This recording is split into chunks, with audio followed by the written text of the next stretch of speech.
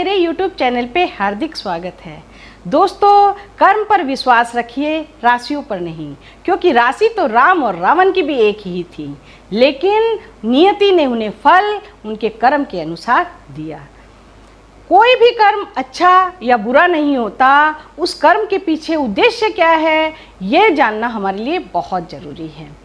भगवान को खुश करना अच्छा कर्म है और इसीलिए राम ने, कंस ने, होलिका ने, सभी ने भगवान को खुश करने के लिए तप किया।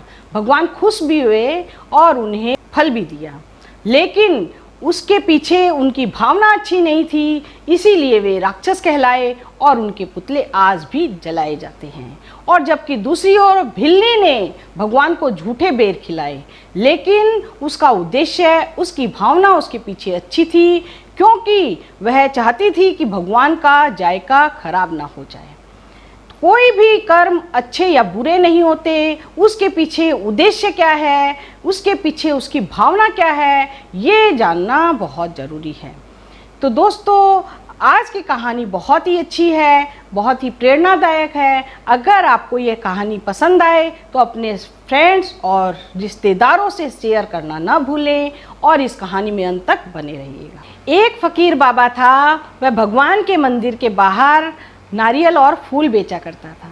वह भगवान का बहुत बड़ा भक्त था और भगवान से केवल एक ही प्रार्थना किया करता था कि भगवान, मेरे पास में कुछ रुपए इकट्ठे हो जाए तो मैं आपके चरणों में एक निशान चढ़ाऊं। और कुछ समय बाद उसके पास में कुछ रुपए इकट्ठे हो जाते हैं और वह एक निशान बनवाता है और खाटू जाने की तैयारी करता है। जिस दिन वह निशान चढ़ाने वाला था, उस दिन मौसम खराब होने की वजह से बारिश आने लग जाती है, तेज आंधी तूफान शुरू हो जाता है और सभी भक्तगण एक दुकान के नीचे रुक जाते हैं और वहाँ पर बैठ के गर्मा गर्म कढ़ी और कचौड़ी खाते हैं। जब वह दुकानदार सभी को कढ़ी और कचौड़ी पकड़ा रहा था और उस फकीर बाबा को कढ़ी और कचौड़ी पकड़ाने के समय में उनका बैलेंस बिगड़ जाता है और वह प्लेट जोर से नीचे गिर जाती है। वहाँ पर खड़ी एक औरत के सारे कपड़े खराब हो जाते हैं। उसके सुंदर सुंदर कपड़े थे और उसके ऊपर कढ़ी के छींटे गिर जाते हैं। यह दृश्य देखकर उसके पति को बहुत क्रोध आ जाता है और वह फकीर बाबा के कपड़ों को पकड़कर जोर से हिला देता है। उसकी वाइफ उसे बार बार मना करती है कि छोड़िए, रहने दीजिए, मैं अपने कपड़ों को साफ कर लूँगी, लेकिन उसके पति को इतना क्रोध आता है कि वह खींचकर एक थप्पड़ उसके गाल पर मारता है और उसे जोर से धक्का दे देता है। यह सब देखकर भी वह फकीर बाबा कुछ नहीं कहता, चुपचाप भगवान के ऊपर आसमान को देखते हुए कहता है कि हे भगवान, क्या तो तुम मुझे गर्मा गर्म कढ़ी और कचौड़ी खिलाने वाले थे और क्या तुमने गर्मा गर्म थप्पड़ खिला दिया। वाह रे वाह भगवान, तुम्हारी लीला अपरंपार है, लेकिन तुम मुझे जिस अवस्था में रखोगे मैं उसी अवस्था में खुश रहूँगा। और इस प्रकार से वह फकीर खड़ा होता है और अपने हाथ और पैर को साफ करता है, निशान उठाता है और आगे बढ़ता है। तो देखता है कि जिस व्यक्ति ने उसे थप्पड़ मारा था उसका पैर एक गड्ढे में फंस जाता है और वह जोर से जमीन पे गिर जाता है। उसके माथे में काफ़ी चोट आ जाती है, खून बहने लग जाता है और उसकी वाइफ जोर जोर से चिल्लाने लग जाती है कि देखो मेरे पति को क्या हो गया। जितने भी निशान उठाकर लोग जा रहे थे वे सारे इकट्ठे हो जाते हैं, एक गोल घेरा बनाकर उसे देखने लग जाते हैं। तभी वहाँ पर फकीर पहुँचता है तो सब व्यक्ति उससे के ऊपर क्रोध करने लग जाते हैं कि आज यह जो भी कुछ हुआ है तुम्हारी वजह से हुआ है, तुमने इस व्यक्ति को श्राप दे दिया, नहीं तो इसे इतनी जोर चोट नहीं लगती। वह फकीर बाबा कहते हैं कि मैंने किसी को कोई श्राप नहीं दिया, लेकिन सब व्यक्ति उसे ब्लेम करने लग जाते हैं, उसकी बात कोई नहीं सुनता। जब फकीर बाबा के सब्र का बांध टूट गया तब वह फकीर बाबा कहता है कि जब वह प्लेट गिरी थी तो उस कढ़ी के छींटे क्या इस व्यक्ति के कपड़ों पर गिरे थे। भीड़ में से खड़ा एक व्यक्ति कहता है कि मैंने देखा था, इस व्यक्ति के ऊपर एक भी छींटा नहीं गिरा था। तब फकीर बाबा कहते हैं कि तो इसने मुझे थप्पड़ क्यों मारा। तब वह व्यक्ति कहता है क्योंकि वह अपनी पत्नी से बहुत प्रेम करता था और उसके कपड़े खराब हो गए थे, इसलिए वह गुस्से में आकर तुम्हें थप्पड़ मारा। तब वह फ़कीर बाबा क्या कहता है, ये ध्यान से सुनिए।